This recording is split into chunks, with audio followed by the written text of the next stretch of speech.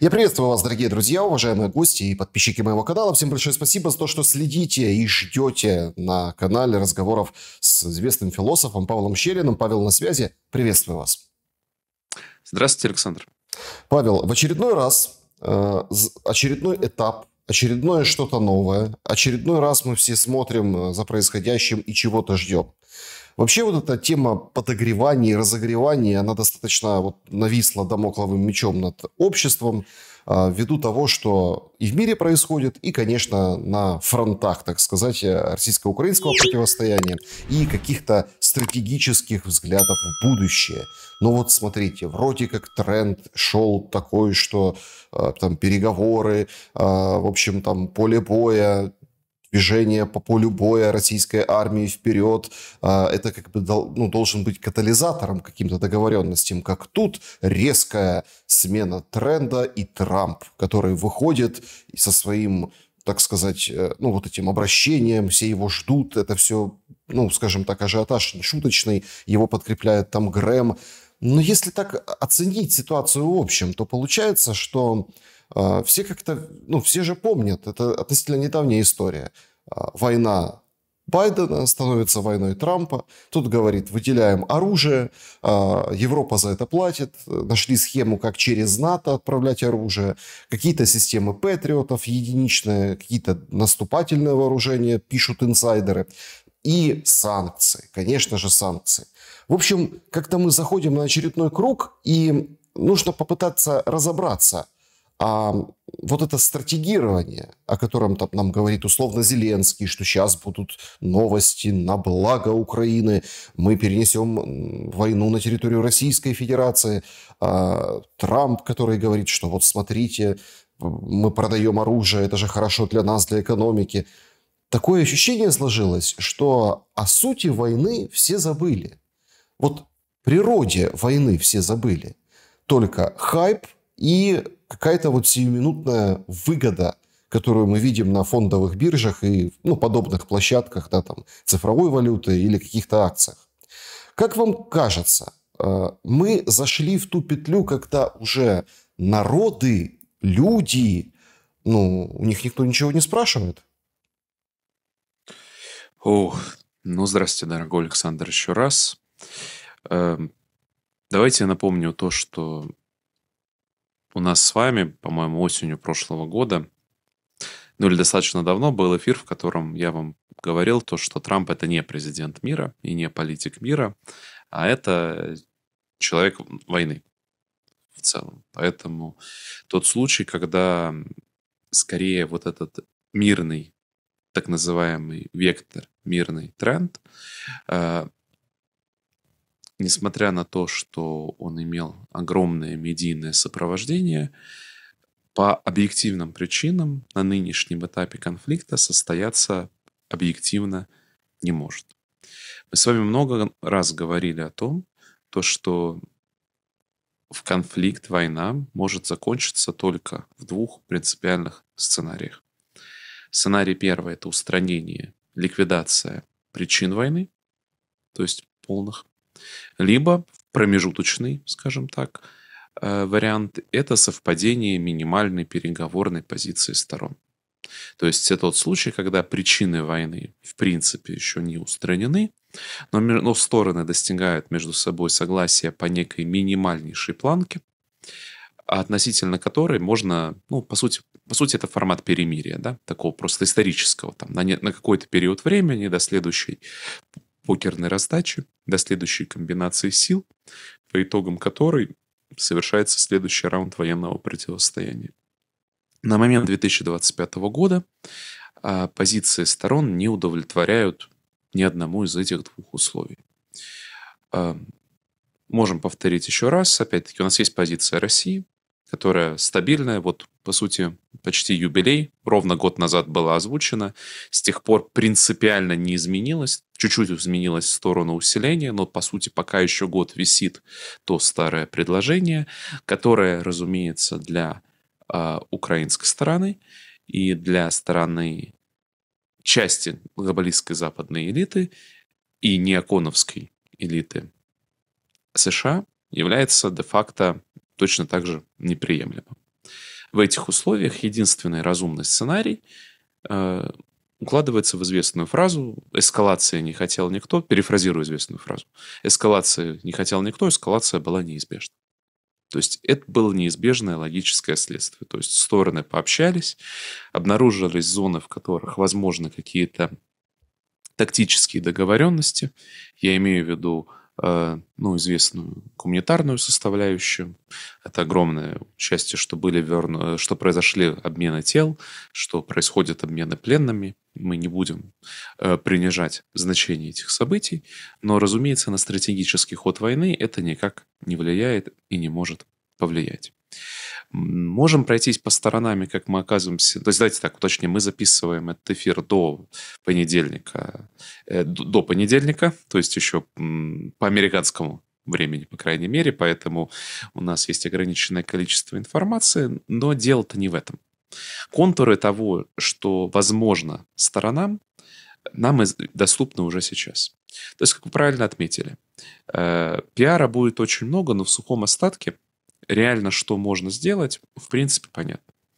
В рамках потенциальной стратегии эскалации, потенциальной стратегии вьетнамизации стороны будут решать очень противоречивые цели. Если брать американскую сторону, то ее задача, разумеется, очень характерна для нынешней администрации. Это собрать максимальное количество пиара, собрать максимальное количество громких слов, но при этом аккуратненько пройти по краешку и на самом деле не пересечь каких-то гигантских по-настоящему красных линий своего оппонента, грозящих очень большим убытком американской стороне. У нас классическая была недавно история с Ираном. То есть вроде бы очень много хайпа, вроде бы сбросили 12 бомб по прошествии месяца. В принципе, понятен, что эффект, мягко говоря, сильно отличается от того, что было заявлено в первые дни в Твиттере. Это мы видим. И переговоры заходят в тупик, после чего происходит переключение внимания на следующий объект. Что я допускаю возможно... Второй этап.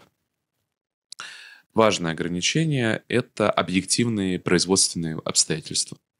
То есть непопулярная точка зрения среди украинских экспертов, но нужно понимать, что одна из структурных проблем США и западного блока в целом не в том, что они чего-то не хотят дать Украине, а в том, что они некоторые ключевые позиции дать-то в принципе и не могут в тех количествах, которые Украина просит. Прежде всего речь идет о ПВО. На данный момент просто физически такого количества этих ракет для систем противовоздушной обороны нет. То есть единственный способ их давать – это распаковывать неприкосновенный запас. Я имею в виду давать в количестве, которое может изменить рисунок на поле боя. То есть всегда, конечно, можно будет сделать огромный пиар. Мы дали 10 ракет, пусть даже 100 ракет. Когда у вас идут соревнования в области, скажем так, обмена ударами, в которых фигурируют цифры от 700 до 1000, вы понимаете, что поставка в день, то поставка 100 при всем пафосе, который можно создать вокруг этой истории, она не работает. Второе. Нет, за исключением прямого вмешательства непосредственно США в войну, нет ничего того, что Трамп может дать, чего не давала предыдущая американская администрация. То есть, опять, этот эффект можно раздуть неожиданно в Твиттере, можно сделать большой пиар. С военной точки зрения, принципиально, насколько демократы вложились в украинскую армию, больше них Трамп точно не вложится, и мой прогноз, он вкладываться будет на самом деле гораздо меньше. Но пиара будет гораздо больше, и это будет разгоняться по полной программе. Потенциальное исключение, которое может быть, опять-таки, в рамках эскалационного рисунка, разрешение на ударами дальнобойными ракетами по территории России, но, опять-таки, количество таких ракет тоже ограничено, поэтому пара громких пиарных и, возможно, даже чувствительных ударов, которые не изменяют общий стратегический рисунок. Здесь это нужно... Зачем я все это говорю? Чтобы сделать, на мой взгляд, сутевой, очень неприглядный, к сожалению, для Украины вывод. Реально то, что, скорее всего, мы увидим в ближайшие недели в ходе действия политики США и в том числе Западной Европы, это будут меры, которые своим комплексом позволят Украине продлить ее сопротивление, не изменив стратегического исхода войны. То есть в конечном итоге он просто приведет к гибели большего числа украинцев. Хотя в моменте будет казаться, что нам наконец-то оказывают ту настоящую помощь, которая вот сейчас переломит исход войны. Все, что пока показывает нам история последних 3 лет, говорит о том, что в принципе нет такого количества помощи и нет такого количества действий, которые могут изменить исход войны в украинскую пользу, за исключением прямого вмешательства американских войск в эту войну, но это уже ядерный сценарий, а вот на это американская администрация не пойдет, как показывают опять-таки же те же истории с Ираном, очень осторожно, когда речь заходит о непосредственно ядерном конфликте. Вот в такой ситуации мы оказываемся. Разумеется, за последние полгода даже те, кто как бы был не уверен в этом понимании, убедились в том, что единственный способ при взаимодействии с Трампом отвечать на его эскалацию своей эскалацией. То есть это та как бы команда, которая в принципе не понимает язык дипломатии. И если бы у нас еще были, скажем так, варианты в этом сценарии, то есть мы говорили еще несколько месяцев назад о противодействии условно группы Виткофа против группы Келлога, то теперь мы видим то, что Трамп, по сути, в очередной раз проявил себя как Трамп и выкинул, по сути, Виткофа, человека, которого, по идее, ему надо было слушать, раз уж ты его назначил спецпосланником, который и осуществляет самые важные переговоры, но мы видим, как Витков выведен за, по сути, контур принятия решения. Мы недавно читали непосредственно заказную статью дочери Келлога на Виткофа в «Нью-Йорк Таймс», то есть где просто прямая заказуха на, уж простите, Виткофа. То есть это дает общее представление. Почему мы оказались в этой ситуации? Ну, в этой ситуации мы оказались потому, что аналитическое сопровождение адекватной реальности сути происходящих событий было отвергнуто непосредственно высшим американским руководством. Ну, потому что эта картинка была им слишком неприятная. То есть та картина мира, с которой Трамп пришел в Белый дом, она, наверное, была примерно такая, сейчас реконструируя. Мы сейчас приходим, силой навязываем офигенную, с нашей точки зрения, сделку, и все довольны, получаем Нобелевскую премию мира. Отдельная причина, почему Трампу так важно получить Нобелевскую премию мира, моя гипотеза, потому что ее получил Обама. А Обама – это такой немесис жизни Дональда Трампа, поэтому принципиально важно разрушить наследие Обамы, либо получить то, что получил Обама. Я сейчас, кстати, не сильно иронизирую. Человек пожилой, поэтому такого рода мотивации начинают приобретать все более и большее значение. Все больше и большее значение.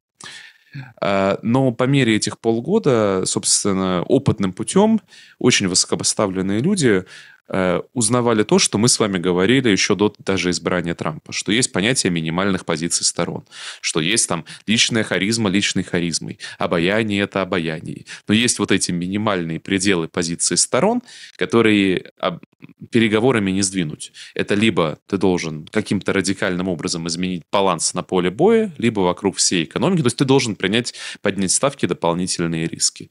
В условиях отсутствия других побед на, скажем так, крупных других внешнеполитических вопросов, понимая стиль американской администрации, мы видим то, что вот почему бы попробовать, в общем, переходит к стадии испугать. То есть, если до этого была стадия охмурить, то стадия охмурить не сработала, как показывает, собственно, как я понимаю, последний разговор Дональда Трампа с Владимиром Путиным был примерно об этом. Опять-таки, мы не знаем до конца всех деталей. По официальной информации, опять Путин просто подтвердил: мы, пожалуйста, за переговоры, все, мы за настоящий мир, вот наши условия, год не меняются, исполняйте, и мы готовы. И здесь главное событие, которое происходит, это вот во внутренняя история американской администрации, на мой взгляд, по внутренним американским причинам. Вот это очень важный момент, о них мы поговорим в дальнейшем. Группа неоконов, по сути, выкинула на данный момент, на данном этапе, в этом раунде полностью переиграла группу палеоконсерваторов американских в американской администрации, поэтому они, что называется, им вера не позволяет пойти на, в принципе, выгодное Америке соглашение. То есть там Украина главная проигравшая, а не Америка, но им это не позволяет, скажем так, их глубинные убеждения плюс личные финансовые интересы.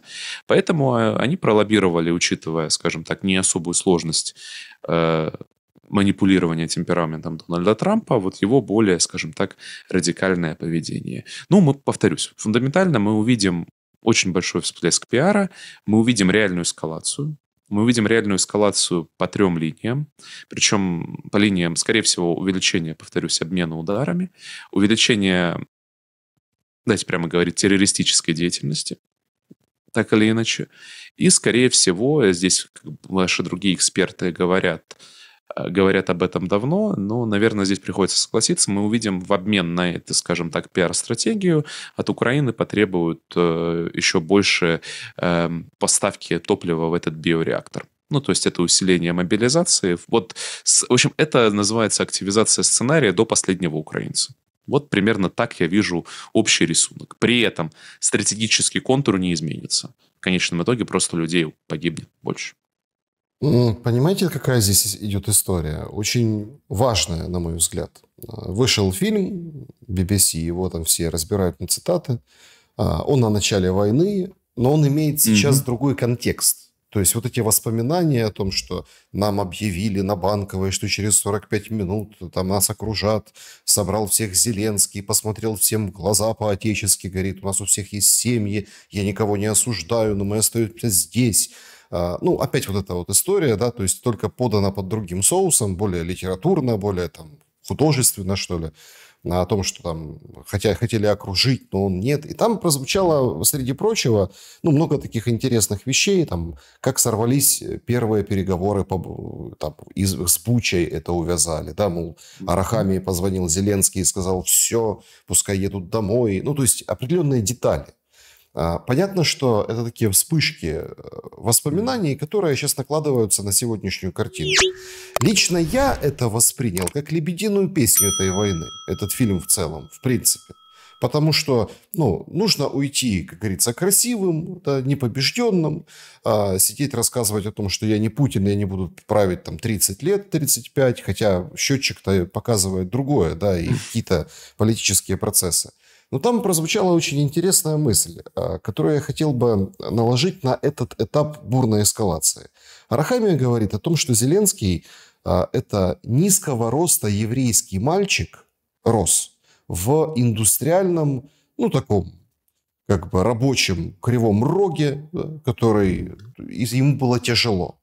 И его принцип заключался в следующем. Ну, понятно, что кривой рог, дворы, группы, улица. Ну, то есть, понятно. В принципе, там на Донбассе я тоже рос в такой среде. Все как бы хлебнули там 90-е, там где-то чуть-чуть нулевые. Постиндустриальный от 90-х, да. И понимаете, в чем дело? И вот у него такой принцип. Как бы, и почему я это выношу сейчас в наш с вами разговор? Потому что здесь очень, очень важно и точно нужна такая предпосылка, да, делать прогноз, да, поведения. Вы неоднократно как бы говорили в наших с вами встречах о том, что Украина имеет отрицательную субъектность. То есть, условно, все могут договориться, но Украина пойдет каким-то своим путем. И вот говорит Арахамия, что нужно выбрать главного и ударить его в лицо. И тогда там, что будет потом, Арахамия не говорит. Что будет потом, никто не говорит. Что будет потом, те, кто рос на там, постсоветских улицах, они знают. Ну, там, на своей шкуре, да, ощущают. Но это вроде как тебе завоюет какое-то уважение в округе. И вот этот вот принцип подходов, дворовых подходов, да, когда там есть целый ряд набора экспертов, они говорят, что это гопники, что это какие-то непонятные, скажем, это проявляется в нужной мере. Вот сейчас. Зеленский четко анонсирует, значит, переформат своего правительства, и дальнобойные удары плюс перенос войны на территорию Российской Федерации. Это и будет вот этим ударом, ударом в лицо главному, ну, как бы противнику. И к чему приведет? Ну, давайте повторим пройденное, потому что здесь как раз ничего нового нет, действительно. Первый короткий комментарий по таким фильмам. Вы должны понимать, зачем они снимаются. Главная задача таких фильмов – это формирование официального мифа внутри того поля, на которое этот, скажем так, фильм воздействует. Ну, в данном контексте сделано на BBC. Вот, условно, западная аудитория в массе своей будет знать эту войну по таким фильмам. Они не будут... Неважно, что там происходило реально в 2022 году. Поэтому вот такое информационное значение подобных работ недооценивать не стоит. Они приводят как аналитикам нам важно понимать, какие туда закладываются когнитивные ловушки, искажения, потому что на основе этих ловушек потом создастся определенное восприятие, исходя из которого восприятия потом будут приниматься решения. Это история достаточно серьезная.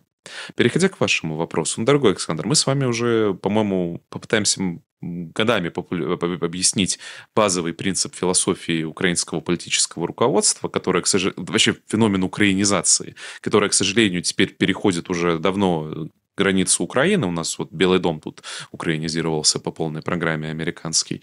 Суть которой сводится к словам «я не лох».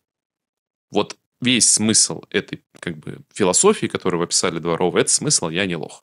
Это, если угодно сказать, лох – это такой фундаментальный бог, которому коллективно молятся, чтобы приносят жертвы, чтобы не стать им.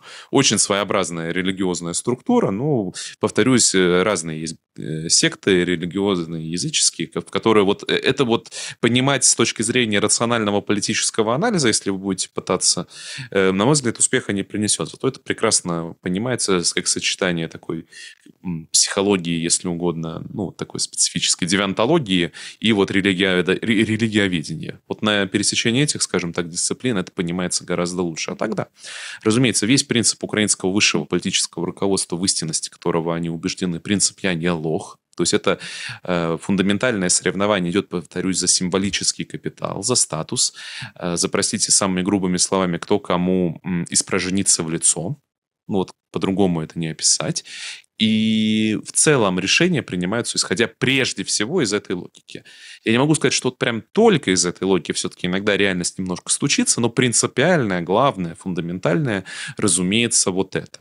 И здесь надо понимать, что оно не только на уровне высшего украинского руководства, но и в целом на уровне украинского... Это огромная часть мотивации, скажем так, того ядра украинской армии, которая до сих пор продолжает сопротивление. Ведь фактически главное, то, что они пытаются доказать своим оппонентам или своим врагам, это то, что нет, мы не лохи. То есть отсюда вот это своеобразное, скажем так, характер постоянных информперепалок, постоянное количество вербальных и невербальных оскорблений, огромное количество символического действия, оно все очень такого низкого телесного регистра, уж простите за скажем так, аллегории. И оно играет огромную роль. И из этой мотивации, разумеется, предпринимаются те действия, вот как бы возможность испражниться в лицо главного, большого, символического врага, это абсолютно, скажем так, логичное поведение. Здесь у нас накладывается еще интересный момент. Это вот такая бинарная роль Путина, да, то есть нужно понимать, что не Владимир Путин как персона, а вот Владимир Путин как миф о Владимире Путине вот в этой, скажем так, секте религиозной играет особую роль. Это роль демиурга. Напоминаю то, что демиург – это в рамках гностических сект, это вот такая фигура, которая занимает очень такую амбивалентную позицию, то есть двойственную. Он, с одной стороны, является как бы создателем этого мира. Это очень важный момент. То есть это как бы бог. Но он неправильный создатель этого мира. Он очень плохой. Он одновременно как бы уродец среди других богов. И пресловутая фигура Елдобаофа. И это, скажем так, фигура, которая, такая, знаете, отрыжка от нормальных богов, бог-неудачник. Там уже у разных сект разные, скажем так, идут описания. Но вот это двойная фигура. То есть, с одной стороны, он как бы плохой, воплощение зла, но, с другой стороны, все-таки создатель этого мира. Вот Владимир Путин сегодня в этой системе занимает примерно вот эту позицию. Так вы оказываетесь вот в этом шизофреническом положении, когда он одновременно управляет заговорами во всем мире, назначает политиков где хочет и трусливо сидит в своем кабинете, согласно официальной мифологии, соответственно, вот этого нарратива. Ну и, разумеется, возможности наносить ему символические оскорбления, это прям является высшей ценностью. То, что на оппонентов это уже давно не работает, за исключением тоже уже украинизировавшейся части сегмента российского военно-корского сообщества, есть такое, это на мотивацию никак не играет. Что, тем не менее, оно приводит к действиям. Вот вы сами. Нам в безумии есть система, а главное, что любое безумие, если оно приводит к действиям, к нему требуется относительно серьезно. Так вот, вы абсолютно правы, что, исходя из вот этой системы мотивации, возможность нанесения символически, как кажется, сильных ударов по российской территории, если ее будет возможность сделать, ее используют. как именно она произойдет, как конкретно, с каким оружием, с чьим участием. Это все детали, они на дело не играют. Важно другое. То, что эти удары, скорее всего, будут нанесены. Мы увидим, повторюсь, увеличение, скорее всего, террористической деятельности. Эти удары приведут к огромному хайпу. Там пару недель будут обсуждать, какая Украина молодец, как она там героически нанесла удары. Вот сейчас Россия развалится. Россия в итоге не развалится, они всех забудут. Через несколько там недель, через месяцев что-то радикально изменится на фронте, и в украинском сегменте будет постоянное «а нас за шо?». То есть вот причинно-следственную связь между символическим эскалацией в одной точке, ожидание немедленного сильного ответа, которого не произойдет, скорее всего, и потом реальное увеличение дальнейшего вот этого катка эскалации, вот это, скорее всего, наиболее вероятный сценарий. Ну, у нас просто, уж простите, недавно был пример. Атака стратегической дальней авиации. Вообще это предлог для использования ядерного оружия. Все смеялись, вот какая слабая Россия, не использует ядерное оружие, но вот что-то последние 2 недели Киев не смеется. Но связать то событие с этим событием, это вы в украинском сегменте не увидите, а главное, вы и в западном сегменте, в строгом говоря, не увидите, потому что по большей части им, честно говоря, глубоко все равно. Они будут у них другая тоже логика, скажем так, принятия политических решений. То есть вот это, наверное, самый вероятный сценарий. То есть, разумеется, перенос войны на территорию России массовый, украинский, невозможно. Ну, то есть, что максимально возможно, мы увидели в Курске. Да? То есть это вот был предел.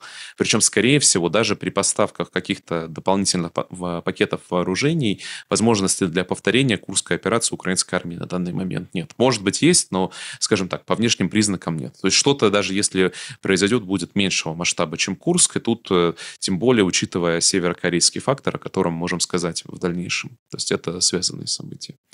Ну и вот мы оказываемся в этой ловушке, когда, думаю, на следующей неделе весь украинский сегмент будет очень сильно радоваться, прям какие-то такими большими, может быть, обидными, как кажется, унизительными действиями будут казаться, ну вот смотрите, Путин, беги, мы тебя унизили, теперь, значит, давай договаривайся из этой позиции, а Россия продолжит вот свою, скажем так, каток паровой, потому что российская военная стратегия, она вообще не про пиар. Это ее в том числе и слабость, но вот как есть. То есть она действует вот этому принципу парового катка. Вот так я вижу эту позицию. Ну и, конечно, туда ложится в эту философию, Путин демиург, да, ложится еще и удары по ТЦК, ну да, которая там с этими расписанными геранями крылья там, да, там, от благодарных жителей того города. Это вообще отдельная история, но мы коснемся об этом чуть-чуть попозже, с вашего позволения, по поводу вообще... Конечно. Украинского народа, народов и так далее. Давайте сейчас просто одну вещь добавим, это важно, применительно к этой стратегии. Самый сложный узкий ее элемент – это тот же самый, который был всегда. Это пресловутая бусификация. То есть мы можем понимать, что для любого, то есть самое узкое место, которое обеспечивает характер продолжения этой войны, это возможность сгона крепаков в боевые холопы. Ну, превращение крепака в боевого холопа. Вот эти удары по ТЦК в этом контексте нам и их реакция на них показали, насколько системе сегодня украинской сложно это делать. Но не невозможно.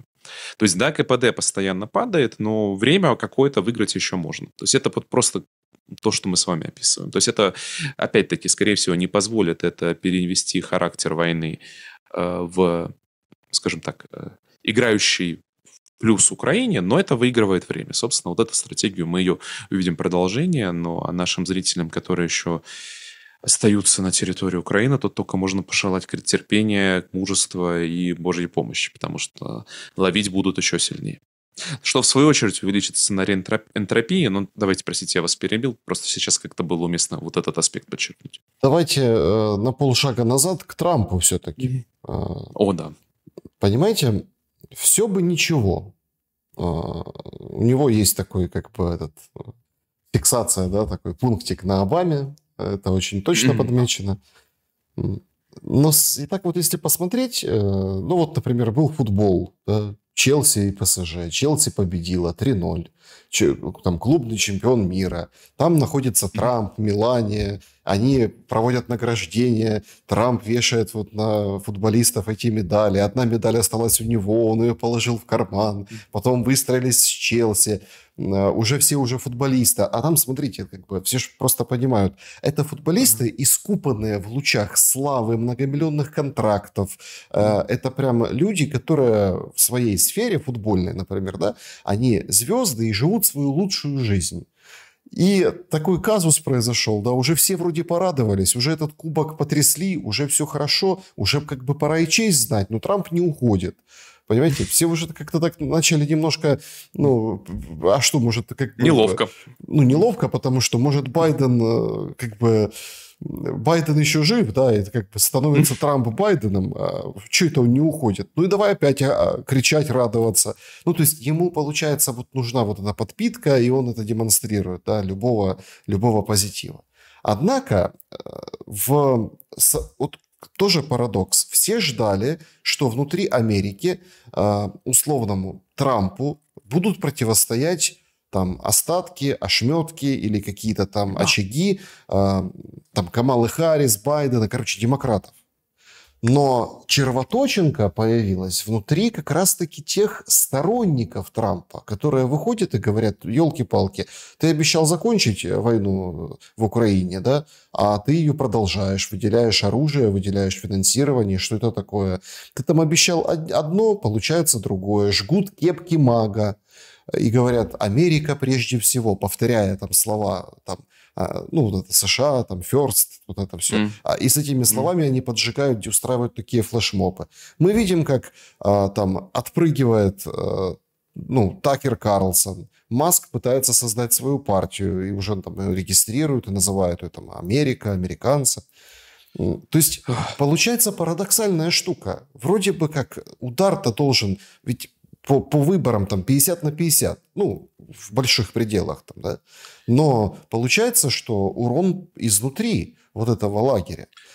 Что скажете по этому поводу? Ну, много чего скажу. История на самом деле интересная и символическая, поэтому давайте ее рассмотрим.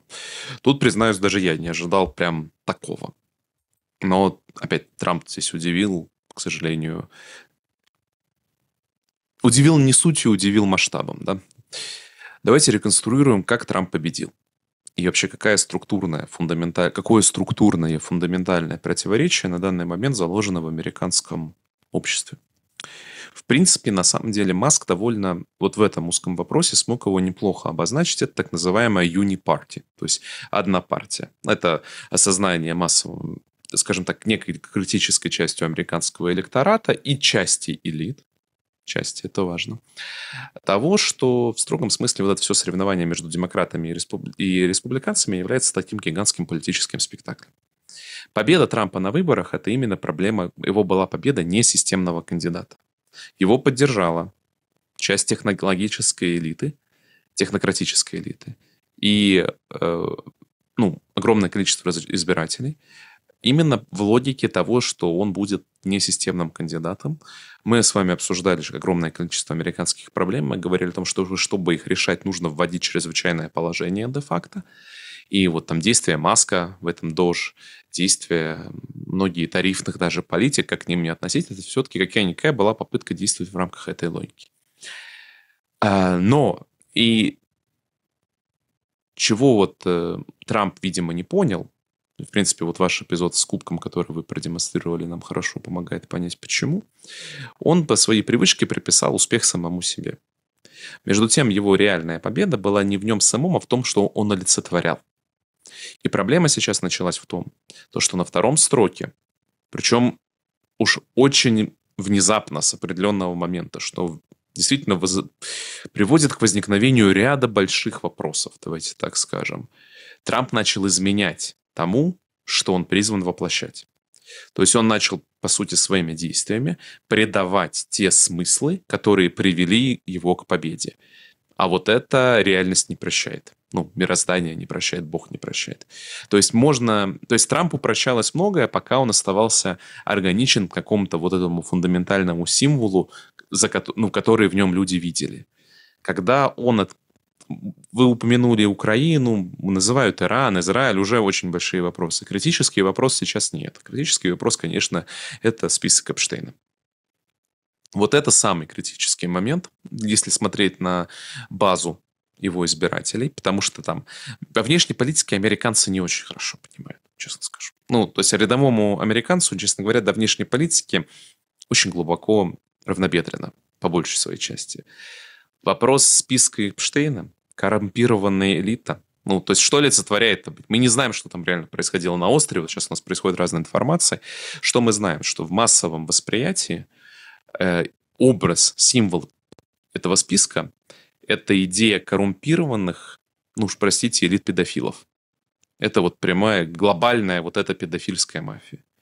И Трамп в данном контексте воплощал огромный запрос разобраться с этим, ну, каким-никаким воплощением абсолютного зла, вот к которому, в принципе, большой республиканской и частично демократической базе есть дело. Это очень важный момент. Огромное количество независимым избирателям вот до этого дела есть. И то, как Трамп без объяснения причин меняет на 180 градусов всю повестку по этому вопросу, ну, то, что сказать, что это вызывает, мягко говоря, недоумение, это ничего не сказать. Вот это фундаментальный момент. Это тот самый вопрос.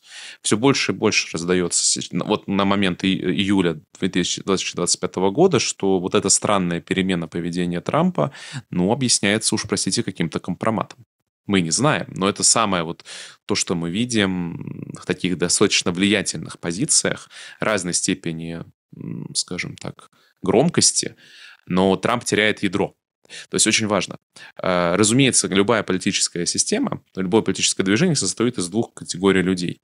Идейных и оппортунистов. Ну, оппортунисты – это которые, в принципе, им плевать во что верить, но вот там деньги, ну, возможность увеличить свой личный властный политический капитал. И Трамп, по сути, сейчас полностью отверг уже от себя всех идейных членов своей команды, какими бы они бы не были странными людьми, то есть не обязательно с ними вообще соглашаться, они нам даже нравиться не должны. Единственное у них качество, они хоть во что-то верили. То есть к Маску как ни относись, но у него есть свой образ будущего, в который он верит и хочет продвигать там.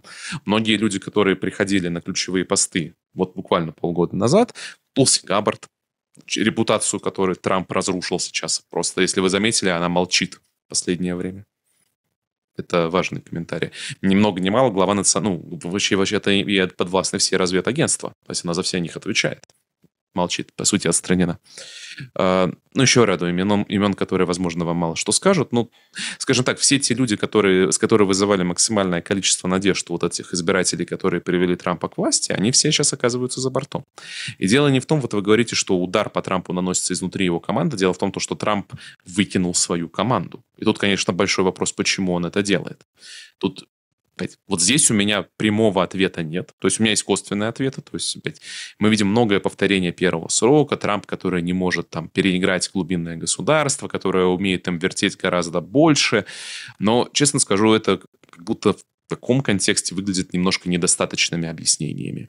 Есть одно простое объяснение, которое может быть как-то более соответствует моменту, но у него тоже есть недостаток. Это объяснение, что, знаете, Трампу очень хочется хоть какой-то победы, а как победа не приходит, нужно принимать тяжелые решения, поэтому он хватается, скажем так, за розовые мечты, которые ему, такие яркие мечты, которые ему кто-либо предлагает, потом это не срабатывает, ну, пытается сделать что-то новое. В этом контексте вот то, что происходит на внешнеполитическом контуре, хоть как-то объяснить можно.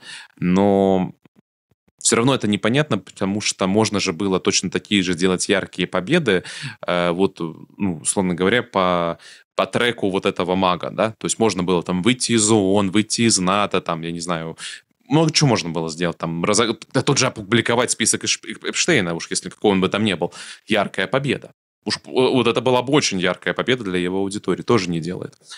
Ну вот поэтому это, честно скажу, возникают вопросы. Ну, в данном контексте мы видим что из политика, который, ну, олицетворял какую-то силу, мощь какую-то Америки, по крайней мере, образ был такой, зазор возможностей в его публичном восприятии, Трамп превращается в тако, как его сейчас называют, Трамп always chickens out, и это называют его сторонники, очень важный момент. А на внешнем политическом контуре он, конечно, потерял остатки своей репутации. Здесь история с Ираном сыграла ключевую роль. Сейчас история с тарифами сыграла ключевую роль. Ну, то есть вот это то, что ввожу, не ввожу, громкие заявления, потом отмена, то есть создаю хаос ради хаоса, но мало кто прогибается, да, мягко говоря, и оно тоже не работает. Поэтому эта вот история, она накладывает определенное, скажем так, вот давление на человека, который, абсолютно вы правильно подметили, больше всего просто хочет, чтобы его любили. Ну, именно вот так. И в каком-то смысле преклонялись. То есть мы с вами говорили с самого начала, что Трамп служит идолу Трампа. У него других как бы реальных ценностей-то по жизни нет. О фразе там «Трамп Тауэр», «Трамп Дил», «Трамп» прочее, главное слово «Трамп». Все остальное его мало что волнует. А вот это мир как-то не готов. То есть с ним были готовы общаться во всем мире, как на самом деле на него возлагались много очень необоснованных надежд, как на потенциального американского государственника. Но никому не интересно заключать сделку с Трампом, потому что все задают ему простой вопрос: Дональд, а ты, собственно, кто? Ну, в этом контексте ты что, американский император, чтобы с тобой? Да, нам нужна сделка с Америкой, которую, да, на данный момент как бы ты представляешь.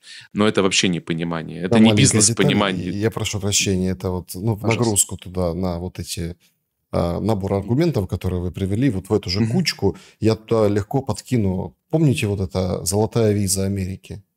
Да, Золотая виза Америки. То есть, сколько там, 5 миллионов стоит долларов, да? И он показывает там с его портретом, с его вот этот, смотрите, или как, не виза, а паспорт. То есть ты... Не, по-моему, это не паспорт. Все-таки, по-моему, это документ. Ну, вроде как... Вид на жительство. Ну, не важно. Может, изменилось. Может, гражданство. Ну, даже если гражданство. За 5 миллионов все говорят, что это, ну, это, извините, если у тебя есть 5 миллионов, ты можешь жить в любой точке мира, и, собственно, и все.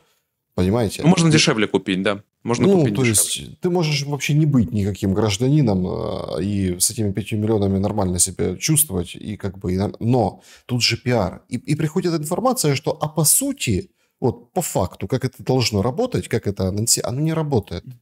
И там кто-то купился, кто-то проанонсировал, а как поскоблили немножко, присмотрелись, а это все оказалось просто, мыльный пузырь. Знаете, есть такие в парках развлечений, знаете, иногда фигуры из пенопласта, покрытые золотой краской. Издали выглядит как что-то настоящее дорогое золотое, а подходишь, она там краска пообваливалась, и, в общем, такая серенькая структура вот этого пенопласта изнутри. Вот это очень... Пока почти все проекты Трампа, они такие. Повторюсь, мы можем назвать единственный такой более-менее его сильный политический ход был в самом начале. Сейчас, по сути говоря, уже почти сведен... медийно его эффект пропал, это разгон USAID. Да, разгон USAID был сильным политическим ходом, он усилил позиции Трампа на внутренней истории, простите, честно скажем, этого мало. На данный момент этого мало на фоне всего остального, и очень многие дальнейшие шаги его обнулили во многом. Это правда, это большое изменение. И, повторюсь, я никогда не возлагал на Трампа таких, повторюсь, на Трампа миротворца, на Трампа великого. Вы помните, как бы в феврале все, скажем так, это было мнение, мягко говоря, сильно непопулярным. Но даже я, признаюсь, честно удивлен вот этой историей с Эпштейном.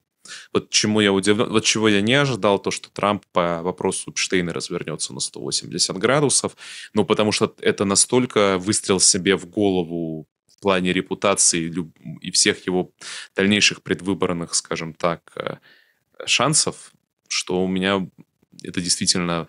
Вопросов здесь больше, чем ответов. Мне очень сложно это объяснить рационально, кроме каких-то вот попыток объяснить это через инсайт какие-то, которых у меня нет, поэтому не могу спекулировать на эту тему.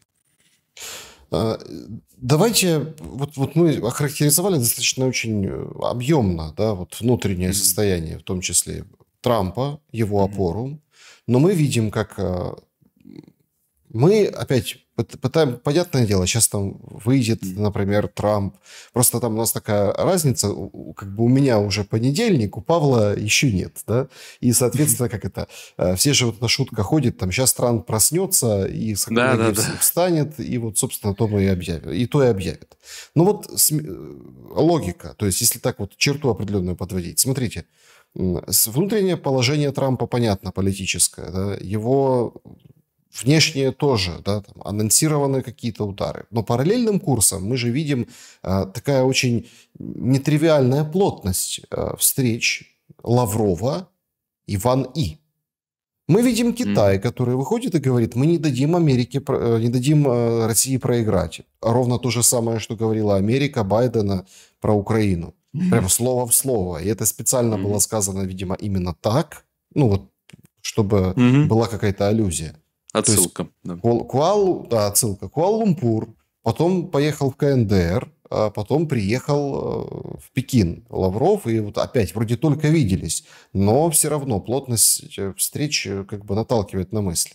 Многие аналитики, они упрощают и говорят, что смотрите, Китаю невыгодно, чтобы война в Украине заканчивалась, они будут поддерживать более открыто Россию или каким-то другим способом, ровно потому, что если все закончится в Украине, то начнется Тайвань. Вот такая бесхитростная, простая логика. Что вы думаете по поводу союзников России? Ну, так, возьмем в кавычках или прямо назовем, как КНДР союзник и Китай как такой партнер, потому что мнения разнятся, что это за очень и очень такая настойчивая дипломатия. Ох. С Китаем сложно, потому что я не читаю по-китайски, поэтому я на него могу смотреть только с внешней стороны. И вы знаете, то, что я не считаю, что вообще во внешней политике есть такой феномен, как союзники. Нигде. То есть это не точный перевод. Более точный перевод этого слова на русский язык был бы что-то типа инструмент. Есть несколько стран, которые вызывают у меня вопросы. Ну, хотя даже вот пресловутая позиция КНДР более, скажем так, укладывается в традиционное понимание слова «союзник», по крайней мере, в русском языке. Но даже там мы видим понятное, рациональное, взаимовыгодное сотрудничество против общего, скажем так, оппонента, поэтому оно работает. Из этих преамбулы, как бы я реконструировал позицию Китая, она здесь является абсолютно логичным. Разумеется, Китаю для переговоров США и просто для балансирования США абсолютно не устраивает разгром России там, или ее поражение на украинском фронте. Это самый очевидный момент. Какие реальные меры поддержки, какие там меры взаимодействия, какие меры там еще что, вот это все тайно за 7 печатями, там, не знаю, человек, который это вам знает наверняка, он с таким допуском ходит, что он такое интервью с вами не переживет. Ну, это объективный факт. В реальности мы, разумеется, видим то, что позиция Китая на фоне очень четкой антикитайской риторики Америки, и это важно. И если мы будем читать все официальные доклады американских, которые выложены в открытый доступ, американских исследовательских центров, стратегических центров, разведсообщества, они все говорят о том, что стратегическая цель на ближайшие там 2-3 десятилетия предотвратить вот статус Китая как второй супердержавы. Это их является стратегической целью. В этом контексте Украина, как вы знаете, является огромным полигоном, на котором все стороны, ну, скажем так, решают свои вопросы в текущий момент. С попыткой, с минимизацией ущерба для самих себя, если мы там говорим Америка, Европа, Китай. И в этом контексте, да, позиция Китая здесь выглядит более, скажем так, осмысленно. Я упомянул ранее фактор Северной Кореи. Почему он важен? Ну, потому что Северная Корея, как бы не относиться там, к качеству ее войск, с точки зрения международного права, в условиях тех договоров, которые подписаны, действительно может полностью легитимно просто встать по всей северной границе, где-нибудь начиная от Брянска, заканчивая частью Харькова, в районе Харькова. И пока они находятся на российской стороне границы, даже по самым с точки зрения глобального юга, давайте так скажем, вопрос существования международного права – это отдельная тема, сейчас не буду в него уходить, но вот с точки зрения глобального юга это нормальная позиция. То есть это точно не будет восприниматься как эскалирующий шаг. А на практике это будет значить такой поступок, но он очень сильно, по сути, уравновешивает или, может, если не обнуляет любую, скажем так, мобилизационную прибыль внутри Украины. То есть я скорее вижу движение вот в этом, скажем так, направлении. Опять-таки, пока не будет большого глубинного понимания, как вообще может выглядеть мир по выходу из вот этой новой второй 30-летней войны, мы будем видеть ее такие этапы, раунды эскалации, которые по мере истощения, наполнения одних или тех других сторон будут то вспыхивать, то затухать. Но принципиального разрешения мы не видим. Пока, я думаю, на вот этом этапе эскалации, да, есть вероятность то, что, ну, Китай как минимум не исполняет, так, вот в контексте пресловутых великих санкционных вот этого bone crushing sanction, от Китая будет вполне достаточно продолжать их игнорировать, де-факто игнорировать. Если он, ну, опять, через серые схемы, разумеется, официально там будет, скорее всего, не подкопаться, но через серые схемы это все будет работать. И, в принципе, одного этого будет достаточно, чтобы вот этот план на какой-нибудь блицкриг резкого давления не состоялись. Но посмотрим. Вот с Китаем однозначно нужно смотреть по делам. Я думаю, последствия этих дел мы увидим. То есть, опять спешить некуда. Если что-то произойдет, то последствия, в реальности, то последствия этого мы увидим. Но до тех пор остаемся вот просто в рамках какой-то базовой логики. Примерно так. Сейчас достаточно интересная дискуссия выглядит. Ну, там, о братских народах. Значит, как вам кажется, братские народы – это... Ну, вот вы привели пример КНДР, да? Там же тоже сейчас, ну, в том сегменте братский народ КНДР, братский российский народ, Да. похороны с почестями солдат, памятники открывают, улицы называют в освобожденных населенных пунктах Курской области. То есть мы видим, что это такой идеологический, понятный, да, вот такой вот процесс. Но... А те люди, которые там преследуют логику, что там русские и украинские народы братские, они выглядят маргинально. Ну, вот такой контекст. Тема та, что белорусы, россияне и украинцы должны быть вместе, звучит, конечно, как нечто очень специфическое. Ну, так получилось. Поэтому ввиду этого у меня к вам исключительно философский вопрос. Братский народ – это какое определение? Историческое, там, этнографическое, да, какое-то, или политическое. И, собственно, правда ли, что, например, если мы возьмем и там зачеркнем историю и сделаем так, что ее никто не будет помнить, то, в принципе, и никаких братских народов не будет. Будет какой-нибудь другой братский народ. Ну, давайте по порядку.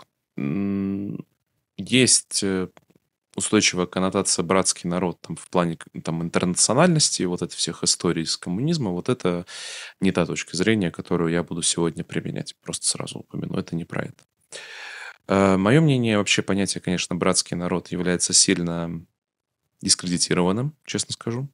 В каком-то смысле потерявшее свой первичный фундаментальный смысл, но слишком мощным, чтобы его выплескивать. Поэтому я пробую его переинтерпретировать, если позволите, в логике церковной. То есть, если мы подумаем о том, то, что какое обращение в православной церкви к членам одной из общин, то это обращение братства. И как оно достигается? Оно достигается через общее причастие. Да? То есть через общее соприкосновение с самым главным и самым важным. То есть когда у вас есть верхняя вертикаль внимания, то есть вот общее объединение вокруг чего бы то ни было, то у вас возникает горизонталь доверия между людьми. И вот в этом контексте понятие братства существует. То есть мы можем сказать, что вообще феномен братства – это феномен общей любви к чему бы то ни было. И к общей готовности пролить вот эту кровь за то, что вы любите. И вот так у вас возникает двойная, скажем так, позиция. Да? То есть братство создается через общую пролитую кровь за то, что вы любите. В этом контексте, когда северный кореец проливает кровь там, за русских солдат, он является, ну, скажем, усиливает вот эту некую как бы силу братства, я не знаю, если можно. Это не то, что это неизмеримое понятие, это вот именно как метафора, символизм, аллегория. И это работает через поколение, то есть применительно к вашему вопросу. Сейчас здесь такое выражение из Писания: кровь вопиет от земли, да, то есть земля вопиет. Вот поколения людей, которые вместе проливали кровь за одну и ту же любовь, они вопиют от земли. Но, разумеется, в моменте сегодня как бы происходит у огромной части людей значительный отказ. То есть, понимаете, то есть это всегда, я к чему говорю, то, что это всегда равновесие непостоянное. Оно всегда может измениться в какой-то момент. Другое дело то, что это изменение никогда не проходит бесследно. То есть, условно говоря, цена подобных изменений – это отказ от предков. Ну, отказ от всего того... Вот, знаете, у Владимира Высоцкого есть знаменитая фраза «Наши мертвые нас не оставят в беде, наши павшие как часовые», да, символически. Так вот, когда вы предаете их память, когда вы отказываетесь от вместе ими пролитой крови во имя любви, то они уже больше не будут вашими часовыми. И в беде вы будете наедине сами с собой. Поэтому вот это происходит. Другими словами, то, что вот это братство, то есть я не уверен, что есть братские народы, а вот братство есть. Это вот есть реальный феномен. И он феномен прежде всего духовный. Поэтому, чтобы его можно сломать в моменте, да, и цена такого слома является смерть одного братства и тех людей, которые его составляли. И вполне возможно, скажем так, из этих обломков кто-то другой что-то будет как-то собирать. Но вот это другое, оно будет не иметь возможности подключиться к силе, к источнику, к памяти, символам, тем с того старого братства, ну, которое было раньше. Если... Вот ведь надеюсь, что это как-то прояснило мой взгляд на этот феномен. Другими словами, переводя на наш простой язык. Украинцам, чтобы разорвать узы, то есть политическим украинцам, чтобы разорвать узы братства с феноменом русского мира, русского цивилизации, нужно выкинуть веру, ну, то есть сделать все по бульбе. Предать веру, предать товарищей, предать предков и строить уже самостоятельно, по сути, с нуля. Вот что с нуля построит, вы, в принципе, можете наблюдать в прямом эфире в рамках там бусификации и прочих событий. И наоборот. И наоборот. Как бы выбор в том, что можно прикоснуться. То есть можно как бы пробудить эту, скажем так, дремлющую, спящую силу, но ее ценой будет отказ от, скажем так, сегодняшнего течения. Это вот если простой пример. Очень тяжелый. И со стороны советовать это невозможно индивидуально. Очень такой показательный пример, да, который вот произошел, и о нем там сообщили, ну, понятное дело, там какие-то оппозиционные источники, какие-то там каналы, которые там против условной власти. Но по сути ведь это прецедент, и это вкладывается в то, о чем вы сказали. Одна из, ну, это опять-таки Черновицкая область, запад Украины, ну, то есть с Черновицкой области блаженнейший митрополит Ануфрий, настоятель Украинской Православной Церкви. Его Зеленский лишает гражданства за то, что у него есть якобы паспорт Российской Федерации. Это шаг бюрократически был сделан, и боевой медик, который с медалями, ну как настоящий, не вот эти все, там очень многих показывают, знаете, там этих девчуль, которые там, ну вот это вот все в татуировках, с губищами, с розовыми волосами, и они там вот это комментируют положение дел, морализируют, в общем, о поле боя, там, или, например, смеются над теми, кому там за 50, уже мужиками, которые там призвали. Ну, в общем, такие истории фронтовые рассказывают, дурные. А это вот именно такая женщина, которая, она не сильно засвеченная, но она вышла и сказала: я возмущена. Сняла прям на камеру эти свои медали, положила на стол и говорит: Зеленский, ты плюешь народу Украины в лицо, потому что народ Украины имеет самую большую конфессию, да, вот, религиозную. Это вот Украинская Православная Церковь. Вот именно Украинская Православная Церковь. И говорит: забирай гражданство у меня. Прецедент, конечно, такой. Событие ярчайшее. Понятно, что его там где-то затасовали, кто-то, ну, чтобы сильно не подсветили. Но ведь это тоже о каком-то братстве. И ты так смотришь, а это же, простите, ну, это западная часть страны. По этой логике людоедской сегодняшней, то вообще нужно назвать, это вообще румынка какая-то. Они же там к Румынии близко, да, то есть Румыния, Мара, ну, да. А это там вообще там Закарпатье. Или, например, как мы видели, вот я вспомнил Закарпатье, как мы видели, как у посольства Украины в Венгрии, да, прям люди пришли, свечки ставили, надпись написали «убийцы», когда человека с паспортом Украины и Венгрии, ТЦКшники убили. То есть во время этой бусификации. А они его считают своим, и вот это вот. То есть это тоже ведь какой-то, с другой стороны, тоже об этом. Как вам кажется, это вот такие признаки точки невозврата, что Точки пробудить невозврата братство уже давно пройден. я имею в виду, что пробудить братство уже не получится? Или мы же нечто подобное переживали в начале прошлого века? Ничего. То есть все вернулось опять на круги своя. Не все, это в том-то и дело. Особенно, даже не то, что не все, сильно не все. Да, вот это более важный момент. Вы поднимаете, конечно, самый принципиальный вопрос, который всегда, скажем так, очень сложно высказывать украинскому журналисту, но уж приходится то, что не случайен лозунг «Украина». Понад усе, Украина превыше всего. То, скажем так, братство, которое предлагает. А это братство тоже. То есть это просто языческое братство, но братство уж как ни крути. Вот то братство, которое предлагает Украина, оно собрано вокруг идола Украины. Все те, кто, вне зависимости от того, входят они там в какую-то по этническому принципу, по религиозному принципу, по культурному принципу, не согласны будут с этим утверждением, что Украина понад усе. Допустим, для кого-то Христос понад усе, да, в этом контексте. Они этой секты будут оторваны. И в зависимости от того, что для них находится на самом верху, на самом, скажем так, вершине их веры и их братства, они будут делать свои выборы. Если говорить про Украину сейчас, то она, конечно, пойдет через тяжелый период. Мы знаем это название из украинской истории. Это будет руина. И те люди, которые сейчас спасают, думают, что они работают на благо страны, они, по сути говоря, как это, знаете, внутри точек невозврата есть точки невозврата, вот, которые просто, они не изменяют вектор, они увеличивают масштаб. Вот.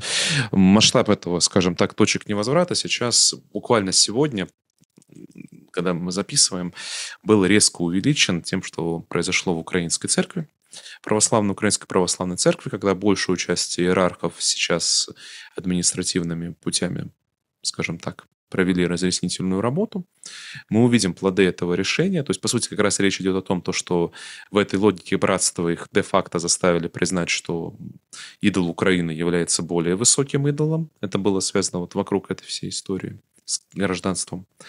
И за исключением, но поэтому так важно сегодня назвать эти имена. И некоторые из них гости вашего канала. Это митрополиты Арсений, митрополит Феодосий, митрополит Лука.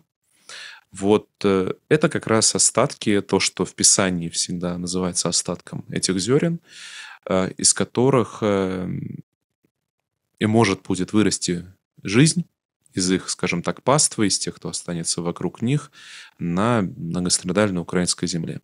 К сожалению, это сценарий типичный. Я не знаю, насколько вы знакомы с Ветхим Заветом, но там всегда содержится очень такая для нас страшная доля, страшная пропорция. Иерусалим, там времена расцвета еврейского царства, но началось идолопоклонничество массовое, пророк Илья, он, соответственно, плачет на горе, неужели я остался один, кто верит в тебя? Перефразирую, не прямая цитата, я перефразирую, то есть, неужели я остался один, Господи, то есть, который вот не поклоняется идолам, и он пророк, Господь ему отвечает, что нет ни один из миллиона мужей в Иерусалиме, и оставил себе 7000, которые не поклонились Ваалу. И в моменте кажется, что это абсолютно безнадежно, что это бессмысленно. Ну, какая вообще рациональная логика быть с этими 7000, когда там миллион? Простите, что... Знаете, логика «я же не лох», она тут как бы вам скажет очень прямой выбор. Но, скажем так, под результатом внешних обстоятельств непреодолимой силы этот Иерусалим был разрушен. И единственный, кто в конечном итоге остался и продолжил жить, и продолжил наследие всей этой традиции, культуры дальше, были эти 7000 мужей. Вот эта история, мне кажется, наиболее сегодня для нас актуальна, чтобы вспомнить в контексте той трагедии, которая разворачивается. Павел Щелин был моим собеседником сегодня. Я очень благодарен вам за время и мысли. Друзья, подпишитесь, пожалуйста, на Павла Щелина. Все ссылки в описании. Телеграм, YouTube-канал, Patreon. Поставьте лайк этому выпуску, это очень важно. Самое главное, берегите себя и друг друга. Увидимся. Всем добра и света.